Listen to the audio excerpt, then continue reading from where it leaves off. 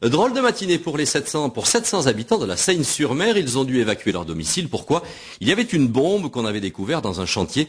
Une bombe de 500 kilos, dont 200 kilos d'explosifs. Il a donc fallu évacuer le quartier quelques heures. Pompiers, policiers et bien sûr des mineurs de la sécurité civile. Robert Papin et Frédéric Renard ont assisté à cette opération. Pour ceux qui résident à proximité, pas question de rester. Alors, c'est l'occasion de partir un peu plus tôt à la plage, en famille. Nous aussi, partons en exode. Vous avez dû recevoir un petit écriteau orange. Voilà, vous le mettez ici, quand vous partez. Quitter son domicile avant 9 h en fermant le gaz et les volets, mais pour certains, l'esprit pas vraiment tranquille. J'espère que ce soir que je reviens encore à ma maison, quoi. Pour les plus âgés ou les personnes seules, direction le gymnase aménagé par la municipalité ou bien un foyer d'accueil. Un départ provisoire mais souvent à contre-cœur.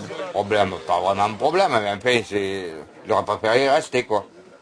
Bon, enfin, il vaut mieux partir quand même, non? Ah ben oui, j'ai pas envie de prendre des risques. C'est pas rien, hein? Oui, une appréhension terrible. Puis moi, je suis très, comment dire, je m'affole vite, très, oh oui, très, je vous dis. Mais il vaut mieux partir, hein, si on nous le dit. L'autorité vous demande de quitter votre domicile avant 9 h.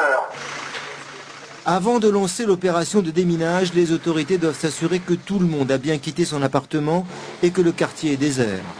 Un hélicoptère de la gendarmerie survole la zone. Les démineurs peuvent alors entrer en action. La bombe, découverte lundi dernier, se trouve sur un chantier de construction en plein centre-ville. Une bombe lâchée par les Américains en 1944, pesant 500 kilos, dont la moitié en explosifs, qu'il faut manier avec précaution.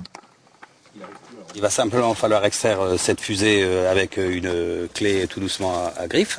Quand elle sera sortie, elle sera sortie. Elle devrait sortir dans de bonnes conditions, vu qu'elle n'est pas voilée. Et derrière, on a une fusée de culot. Donc ça, c'est la fusée d'ogive. On a une fusée de culot. On va faire la même chose. Alors là, c'est un petit peu plus délicat parce qu'il y a peut-être un bouchon qui va partir avant. On va peut-être obligé d'extraire un percuteur. On va voir. Vous avez déjà désamorcé ce type de bombe? Bon, une petite centaine. Il aura fallu moins de 20 minutes pour rendre la bombe inoffensive. Transportée dans un camp militaire, elle sera détruite demain. Dans le quartier du Mistral, la vie a repris son cours dès la mi-journée. Encore